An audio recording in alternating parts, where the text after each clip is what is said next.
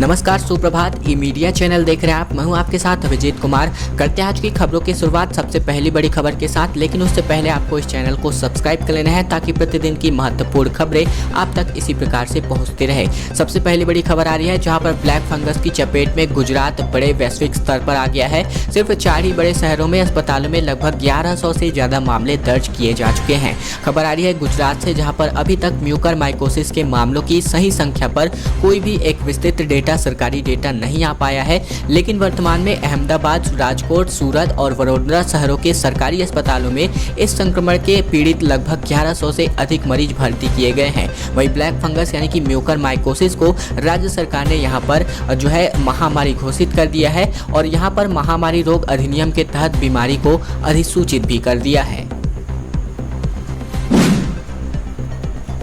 बारजीपी 305 captain के खिलाफ case दर्ज किया जा चुका है। एफकॉन्स और ओएनजीसी की तरफ से मदद का ऐलान जो मरे हुए व्यक्ति हैं इनके लिए किया जा चुका है। मौसम विभाग की चेतावनी के बाद भी राकेश बल्लभ जो कि इस बारजीपी 305 कैप्टन है, तो इनके खिलाफ जो है यहाँ पर केस दर्ज किया जा चुका है। और साथ ही साथ मौसम विभाग की चेतावनी के बाद भी ये जो कैप्टन है इन्होंने बार्ज कर्मचारियों की जान खतरे में डाली और राकेश की तलाश फिलहाल अभी जारी है। तूफान से पहले एफकॉन्स ने अपने कर्मचारियों की सुरक्षा क्यों सुनिश्चित नहीं की, इसको लेकर भी लगातार सवाल खड़े किए जा रहे हैं। मुंबई के समुद्री तट से लगभग 65 किलोमीटर दूर पर ओएनजीसी के लिए काम कर रहे एफकॉन्स के कर्मचारियों को रहने के लिए तैनात बारजीपी 305 यानी कि चक्रवाती तूफान तौकते की चपेट में आ गया। इस बार्ज पर लगभग 261 लोग थे और यह बार्ज डर्मस्ट इंटरप्राइजेस कंपनी का था और डर्मस्ट कंपनी के मालिक प्रणब नाइक है और विले पार्ले में इनका दफ्तर है।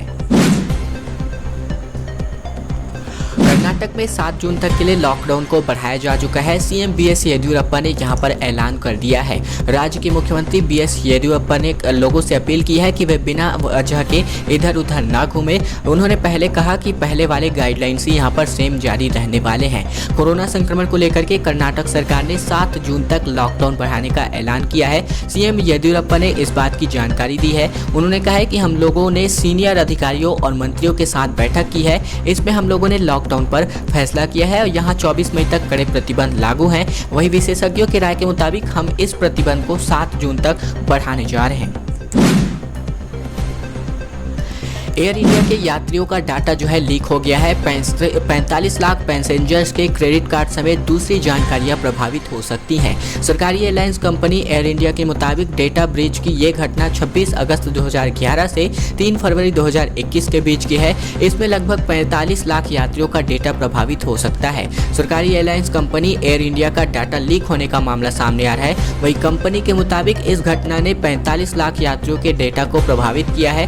कंपनी ने कहा है कि इसमें उपभोक्ताओं की निजी जानकारियां जिसमें नाम, डेट ऑफ बर्थ, कॉन्टैक्ट और पासपोर्ट की जानकारी, टिकट की जानकारी, स्टार अलायंस, इसके अलावा air India frequent flyer data यानी कि पासवर्ड डेटा प्रभावित नहीं हुआ है और क्रेडिट कार्ड की जानकारी भी इसमें शामिल है। महामारी काल में मोदी सरकार का 1.5 करोड़ से ज़्यादा कर्मचारियों को एक बड़ा तोहफा सामने आ रहा है। यह 1 अप्रैल 2021 से ही लागू होगा और इसके परिणाम स्वरूप केंद्रीय क्षेत्र के कर्मचारियों और श्रमिकों के न्यूनतम वेतन में भी बढ़ोतरी होने वाली है। ऐसे वक्त में जब देश कोरोना महामारी की दूसरी लहर से जूझ रहा है, ऐसे में केंद्रीय क्षेत्र में रोजगार में लगे श्रमिकों को इससे काफ़ी ज़्यादा राहत पहुँचने वाली है। यह जो फैसला है बीते 1 अप्रैल 2021 से ही प्रभावी होने वाला है और इसकी वजह से केंद्रीय क्षेत्र के कर्मचारियों के न्यूनतम वेतन में भी बढ़ोतरी होने वाली है। टीएमसी के शोभन देव ने विधायक पद से इस्तीफा दे दिया है और सीएम ममता बनर्जी यहां पर भवानीपुर से उपचुनाव लड़ने वाली है। यह विधानसभा सीट मुख्यमंत्री ममता बनर्जी की पारंपरिक सीट रही है, लेकिन जब सीएम ममता बनर्जी ने विधानसभा चुनाव में शुभेंदु अधिकारी के खिलाफ नंदीग्राम सीट से लड़ने के लिए चली गई थी, तो यहाँ पर शोभन देव को टीएमसी से टिकट पर उतारा गया था। पश्चिम बंगाल की मुख्यमंत्री ममता बनर्जी के लिए विधानसभा उपचुनाव का रास्ता खाली करते हुए राज्य की सत्ताधारी दल तृणमूल कांग्रेस नेता शोभन देव ने विधायक पद से इस्तीफा दे दिया है। वह भवानीपुर विधानसभा सीट से जीत करके विधानसभा पहुंचे हुए थे। यह विधानसभा सीट मुख्यमंत्री ममता बनर्जी की पारंपरिक सीट रही हुई है। टूल किट मामला लगातार तूल पकड़ता हुआ दिखाई दे रहा है। रायपुर पुलिस ने रमन सिंह को बयान दर्ज कराने के लिए एक नोटिस भेजा हुआ है। संबित पात्रा के खिलाफ भी यहां पर केस दर्ज किया गया है। टूल किट मामले में एफआईआर के विरोध में शुक्रवार को छत्तीसगढ़ बीजेपी ने प्रदर्शन किया। ऐसे में रमन सिंह ने कहा कि कांग्रेस का झूठ, फरेब व षड्यंत्रों में शामिल होने का इतिहास रहा है। वह हर विरोध के आवाज को दबाना चाहती है। बता दें कि यहाँ पर पूर्व मुख्यमंत्री को रमन सिंह को यहाँ पर नोटिस जारी करके बयान दर्ज करने के लिए रायपुर सिटी पुलिस द्वारा कहा गया है। ऐसे में पुलिस 24 मई को उनके आवास पर फेक टूल किट मामले में इनका जो बयान है वो दर्ज करने वाली है। खैर, अगली बड़ी खबर की ओर बढ़े उससे पहले हमारी एक छोटी सी प्रार्थना आप सभी से। वीडियो अगर आपको पसंद आ रहा होगा तो इस वीडियो के नीचे लाइक बटन है, जिसे दबा करके आपको इस वीडियो को लाइक कर देना है। लाल कलर के बटन को दबा करके यानी कि सब्सक्राइब बटन को दबा करके आपको इस चैनल को सब्सक्राइब कर लेना है। वही घंटी को दबा करके ऑल नोटिफिकेशन पर सेलेक्ट भी कर लेना है, ताकि प्रतिदिन की जो महत्वपूर्ण खबरें होती है, जो आपके लिए जानना जरूरी होता है, इन्हीं सभी बड़ी खबरों को लेकर के हम आपके लिए वापस आते रहें। खबर छत्तीसगढ़ के किसानों के लिए आ रही है, जहां पर राजीव गांधी किसान न्याय योजना की पहली किस्त यहां पर जारी हो गई है। सीएम भूपेश बघेल ने किसानों के खाते में 1500 करोड़ रुपए की पहली किस्त भेज दी है। राज्य के 22 लाख किसानों के खाते में ये राशि राजीव गांधी किसान न्याय योजना 2021 की पहली किस्त के रूप में जारी की गई है। कुल 5597 करोड़ रुपए 4 किस्तों में यहाँ पर किसानों को दिए जाएंगे। बता दें कि यहाँ पर किसानों को आगामी खरीफ फसल की तैयारियों के लिए इनपुट सब्सिडी के रूप में 1500 करोड़ रुपए की राशि उनके खाते में ऑनलाइन ट्रांसफर की गई है। डीआरडीओ ने यहाँ पर एंटीबॉडी डिटेक्शन किट डिप्को वैन को यहाँ पर तैयार किया है। 75 मिनट के अंदर यहाँ पर इसका टेस्ट हो जाना है। आपको बता दें कि यह कीमत पे मिलने वाली है।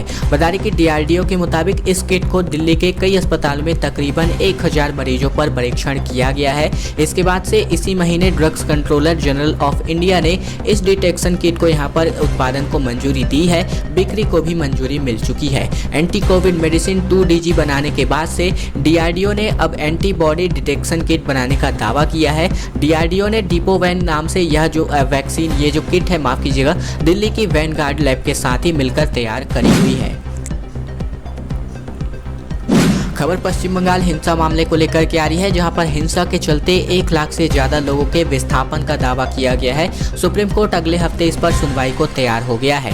सामाजिक कार्यकर्ता अरुण मुखर्जी समेत 5 याचिकाकर्ताओं की तरफ से दाखिल की गई इस याचिका में कहा गया है कि राज्य में सत्ताधारी तृणमूल कांग्रेस के लोग लगातार विपक्ष समर्थकों पर हमला कर रहे हैं। वहीं 19 लोगों की हत्या हुई है और बड़ी संख्या में लोग घायल हुए हैं। पश्चिम बंगाल चुनाव के बाद हुई हिंसा पर सुप्रीम कोर्ट में लगातार याचिकाएं दाखिल हो रही है और एक नई याचिका में दावा किया गया है कि इस हिंसा के चलते 1 लाख से ज्यादा लोगों को घर छोड़ करके भागना पड़ा है।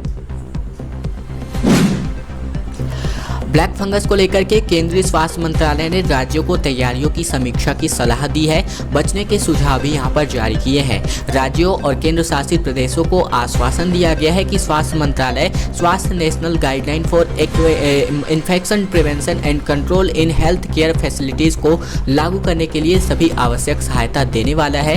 ऐसे में खबर आ रही है, भारत में हाल ही के दिनों में कुछ राज्यों और केंद्र शासित प्रदेशों में म्यूकरमाइकोसिस के केसेस रिपोर्ट किए जा रहे हैं, जिसे ब्लैक फंगस का नाम से भी जाना जाता है। मौजूदा हालात में जहां एक तरफ कोरोना के मामले बढ़ते जा रहे हैं, ऐसे में म्यूकरमाइकोसिस भी एक बड़ी चिंता का कारण बन रहा है। यूपी के सभी गांवों को 2-2 एम्बुलेंस देने के फैसले पर सुप्रीम कोर्ट ने यहां पर रोक लगा दी है। कहा, हाई कोर्ट ऐसे आदेश न दे जिसका पालन संभव ना हो पाए। बता दें कि राज्य सरकार की तरफ से सॉलिसिटर जनरल तुषार मेहता ने सुप्रीम कोर्ट में दलील दी थी कि यहां पर यूपी में लगभग 97,000 गाँव हैं। इनके लिए महीने भर के भीतर 2-2 एम्बुलेंस देना समेत दूसरे निर्देश भले ही अच्छे उद्देश्य से दिए गए हों, लेकिन ये अव्यवहारिक हैं। सुप्रीम कोर्ट ने इन सभी हाई कोर्ट के सलाह दी है कि ऐसे आदेश न दे जिनका पालन संभव यानी कि असंभव हो। और इस टिप्पणी के साथ सुप्रीम कोर्ट ने इलाहाबाद हाई कोर्ट के उस आदेश पर रोक लगा दी है, जिसमें 1 महीने के भीतर उत्तर प्रदेश के सभी गांवों के लिए 2-2 ICU सुविधा युक्त एम्बुलेंस देने को कहा गया था। कृषि कानून को लेकर के खबर आ रही है। संयुक्त किसान मोर्चा ने पीएम मोदी को चिट्ठी लिखी है। दोबारा बातचीत शुरू करने की अपील यहां पर इन्होंने कह रखी है। खबर संयुक्त किसान मोर्चा के सामने आ रही है, जहां पर इन्होंने कृषि कानून को लेकर के सरकार से बातचीत के लिए पीएम नरेंद्र मोदी को खत लिखा है। इसमें मोर्चा ने कहा है कि सरकार जो है दोबारा बातचीत शुरू करे। साथ ही कहा गया है कि सरकार हमारी मांगों को माने और तीनों कृषि कानूनों को खत्म करे। इस चिट्ठी में किसान मोर्चा ने कहा है कि 26 मई को दिल्ली की सीमाओं पर हमारे आंदोलन के 6 महीने पूरे हो जाएंगे और इस दौरान हमने अपना संघर्ष जारी रखा है। इसी दिन सरकार भी यहाँ पर अपने 7 साल पूरे करने वाली है सरकार, और साथ ही साथ इसी दिन किसान संगठन काला दिवस के रूप में मनाने जा रही है। टीके की कमी को दूर करने के लिए देश से बाहर कोवैक्सीन के उत्पादन की संभावनाएं जो है मोदी सरकार तलाशने जा रही है।